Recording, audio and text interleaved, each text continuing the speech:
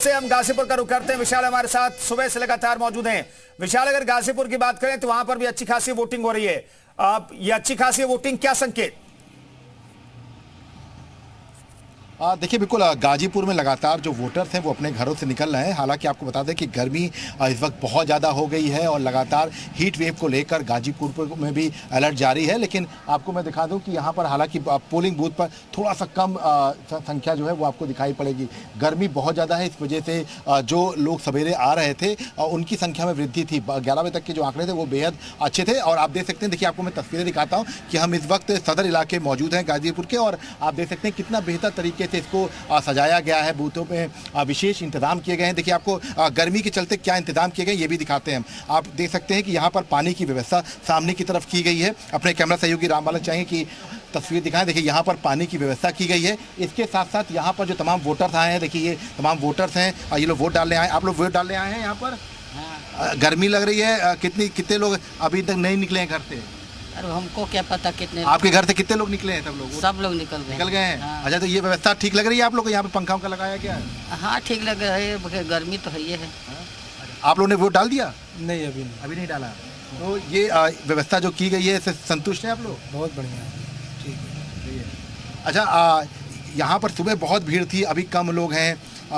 आप लोगों से अपील करेंगे जो लोग अभी भी घर से निकल के वोट करें? जी बिल्कुल, सुबह में बस वही मौसम की वजह से लोग जल्दी निकले हैं, लेकिन हम लोग आए हैं कि आराम से खाली समय में जा सकें, इसलिए हम लोग धूप में निकले हैं। अच्छा। भीड़ से बचने के लिए। जी, इंतजाम यहाँ पर ठीक है पंखे? बिल्कुल बिल्कुल, बहुत बढ़िया है। क्या नाम है आपका? जी, तनवीर अंसारी। अच्छा, क्या दिमाग में रख के वोट डालने आए? पार्टी और प्रत्याशी का नाम बताइए, क्या दिमाग में है वोट डालने के बाद? दिमाग में सब तो ठीक ही है, अब बस देश को देखते हुए और महंगाई बेरोजगारी को देखते हुए आए। तो देखिए, ये मैं जिस बूथ पर मौजूद हूँ यहाँ पर आप देख सकते हैं कि पानी का इंतजाम है। इसके साथ साथ यहाँ पर ऊपर की तरफ आप देख सकते हैं कि टेंट लगाया गया है ताकि किसी भी तरह से जो मतदाता यहाँ पर आ रहे हैं उनको गर्मी से बहुत ज़्यादा परेशानी न हो। हालांकि गर्मी बहुत ज़्यादा है, लेकिन उसके बावजूद भी यहाँ पर टेबल फैन लगाए गए हैं। पानी के सामने कंटेनर आपको दिखाई पड़ेंगे और उसकी व्यवस्था की गई है। तो ये देखिए यहाँ पर गुड़ रख दिया गया है ताकि कोई लोग यहाँ पर बलिया का रुख कर लेते हैं। मनोज हमारे साथ मौजूद हैं।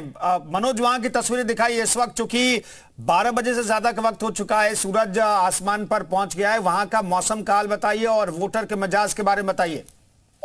जी बेशक, मैं आपको मौसम का भी हाल बताऊंगा और मतदान का भी हाल बताऊंगा। इस समय हम बलिया शहर के राजकीय इंटर कॉलेज के बूथ पर है, मतदान केंद्र पर है, और आप हमारे पीछे देखिए, यहाँ पर पंक्तिबद्ध तरीके से लाइन में खड़े होकर लोग वोट दे रहे हैं। हालांकि बलिया के मौसम की बात करें तो सुबह से मौसम बहुत सुहाना था, लेकिन जैसे जैसे समय बीतता गया, पारा चढ़ता गया, लिहाजा बलिया में खबर आ रही है कि सलेमपुर लोकसभा क्षेत्र में एक वृद्ध मतदाता की मौत की भी खबर आ रही है। हालांकि जिस मतदान केंद्र पर मैं हूं, यहाँ पर लोगों की लाइन लगी हुई है। कुछ मतदाता अभी वोट करके आए हैं, हम उनसे बात करते हैं। क्या नाम है आपका? महेश प्रताप सिंह। आपने मतदान किया? हाँ, मतदान किया। तो गर्मी का मौसम है, क्या कहना चाहेंगे, कैसे सुरक्षा आप? नहीं, सुरक्षा के सवाल पर, राष्ट्रवाद के सवाल पर और विकास के सवाल पर हम लोगों ने भाजपा मोदी जी को वोट दिया है। जी, क्या नाम है आपका? जी, सारिका सिंह। अच्छा सारिका जी, आप महिला हैं और महिलाओं की अगर बात करें तो देश में के विकास में अहम योगदान रहता है। क्या सोचकर आपने जी, सबसे पहले तो राष्ट्र हित के लिए मोदी जी को हमने वोट दिया कमल पे, और महिलाओं की सुरक्षा के लिए ही तो मोदी जी से वो है कि पूरा विश्वास है कि सुरक्षा और हर एक चीज के लिए महिलाओं के लिए मतलब वो हो। आपने काला चश्मा भी लगा रखा है जी, धूप की वजह से नहीं, बहुत गर्मी और बहुत धूप है, इस वजह से, और इतनी कड़ी धूप में भी हम लोग वोट करने के लिए आए हैं, तो इसके लिए काला चश्मा। बिल्कुल, ये अच्छी बात है कि आप अपनी सुरक्षा रखिए, और लेकिन लोकतंत्र में जो जिम्मेदारी है, जो आपका अधिकार भी है और जिम्मेदारी भी है, नैतिकता भी कहती है कि भाई अपने मताधिकार का इस्तेमाल कीजिए। दिनेश का रुख कर लेते हैं। दिनेश हमारे साथ मौजूद हैं बनारस से। दिनेश, करीब 27% वोटिंग हो चुकी है बनारस में, 26.13% वोटिंग हुई है। क्या ये सही संकेत है? और बीजेपी जो कह रही 10 लाख के अंतर से प्रधानमंत्री जीतेंगे, ऐसा होगा इस वोटिंग प्रतिशत में? ऐसा संभव है? देखिए अभी तक जो वोटिंग प्रतिशत प्राप्त हुआ है 11 बजे तक पिछले 4 घंटे का 26.13 के करीब बताया जा रहा है। तो इस हिसाब से अभी करीब 10 घंटे का मतदान होना है। जो यहाँ का मौसम का जिस हिसाब से मौसम है उस हिसाब से अगर देखा जाए तो मतदान प्रतिशत ठीक ठाक पहुँच सकता है। हालांकि अभी तक अपेक्षा के अनुरूप मतदान प्रतिशत को नहीं देखा जा रहा है। अब इसके बाद बीजेपी के लोग जिसने 10 लाख का आंकड़ा पार कराने का एक नारा लगाया है और खुद प्रधानमंत्री से वादा किया है कि अब की बार 10 लाख का पार का आंकड़ा पूरा किया जाएगा, तो बीजेपी के लोग अब पूरी कोशिश में लगे हुए हैं कि किसी भी तरह से मतदाताओं को घर से निकाला जाए, उनको बूथ तक पहुंचाया जाए। हालांकि यहाँ पर आपको बता दें कि मतदाता बातचीत करने का प्रयास कीजिएगा। बिल्कुल हम यहाँ के मतदाताओं से बात करते हैं और जानते हैं कि क्या कुछ रुझान उनका है, किस तरह का उत्साह है और किस एजेंडे पर वो वोट देने आए हैं। तो देखिए बहुत कुछ डिपेंड करेगा कि फाइनली वाराणसी का फाइनल मतदान प्रतिशत क्या हुआ। आप आए हैं वोट देने, क्या कुछ सोच के, क्या आपका उद्देश्य? वोट देना अपना कर्तव्य है और विकास के महंगाई पे, इसी मुद्दे पे भाई सरकार बना। महंगाई, आप बताइए। रोजगार और विकास। रोजगार और विकास, हाँ। तो अभी तक रोजगार और विकास का क्या हाल रहा है यहाँ पे? अभी तक तो अभी युवाओं को इसके लिए काफ़ी सफ़र करना पड़ रहा है और जैसा कि अभी मतलब सरकारी भर्तियों में कुछ नकल और इन सब चीज़ों की वजह से, पेपर लीक होने की वजह से भी काफ़ी अब एग्ज़ाम इधर वो भी टले भी हैं। देखिए ये यहाँ के यंगस्टरों का सोच है कि जो बेरोजगारी और पेपर लीक होना उसको लेकर के इनके मन में कसक है, उसी हिसाब से ये मतदान करने आए हैं। आप बताइए, आप यहाँ वोट देने आए हैं, क्या कुछ सोच के? सर अपने देश में बेरोजगारी बहुत हो गई है आज के समय में, और बेरोजगारी के खिलाफ वोट देने आए। तो बेरोजगारी अभी दूर करने का प्रयास नहीं किया गया? अभी तो कुछ नहीं हुआ। आप बताइए। सही कर रहे हैं, बेरोजगारी पे कोई काम नहीं हुआ है। हम लोग नौजवान होकर रोजगार कर रहे हैं, हुआ है, शादी ब्याह भी हो गया है, कैसे घर चलेगा ये सब देखकर। तो अब आपको अपने सांसद प्रधानमंत्री पे पूरे बनारस को भरोसा है, आप लोगों को है कि नहीं? हम लोग को नहीं है। क्यों नहीं है? कुछ नहीं हुआ बनारस में, खाली मंदिर के सिवा।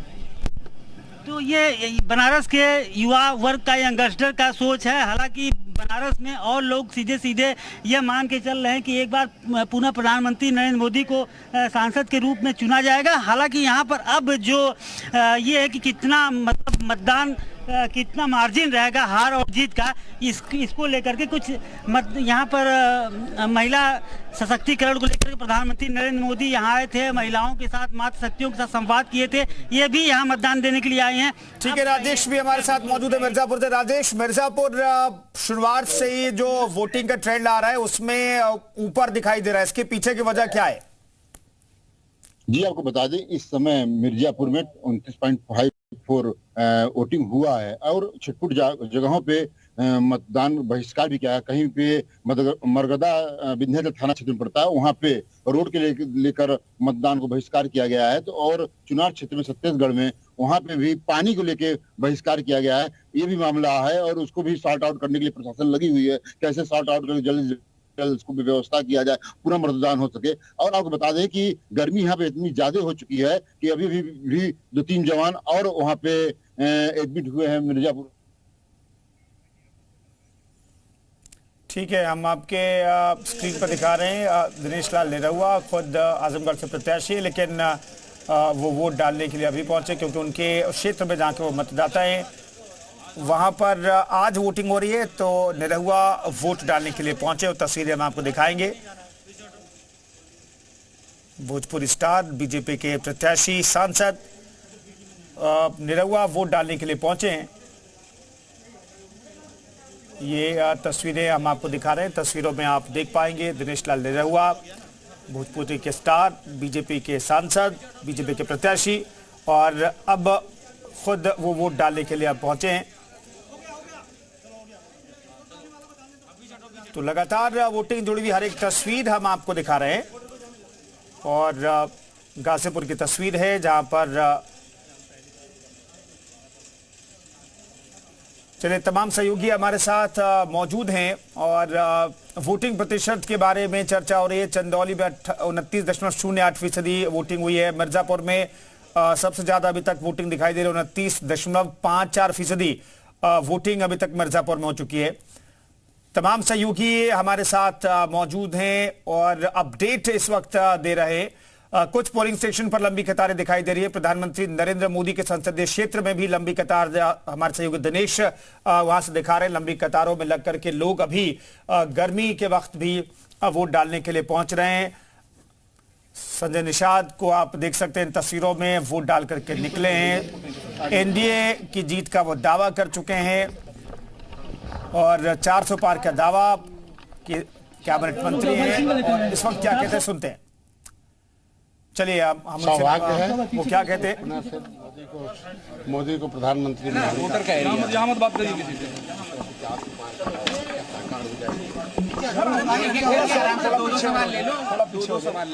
100 मीटर तो हट जाएगी।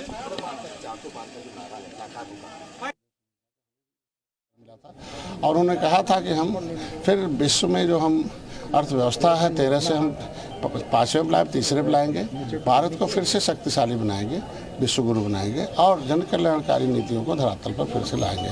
तो ये फिर अवसर मिला है वोट डालकर कि मोदी जी बैठे 400 पार एनडीए सरकार हो और फिर ये हम परिवार सहित सौभाग्यशाली। गोरखपुर से समाजवादी पार्टी के काजल निषाद है, तो निषाद वोट की बात करें तो कहाँ जा रहा है? मैंने बताया ना कि देश का चुनाव है, राष्ट्र का चुनाव है, किसी व्यक्ति का चुनाव नहीं है।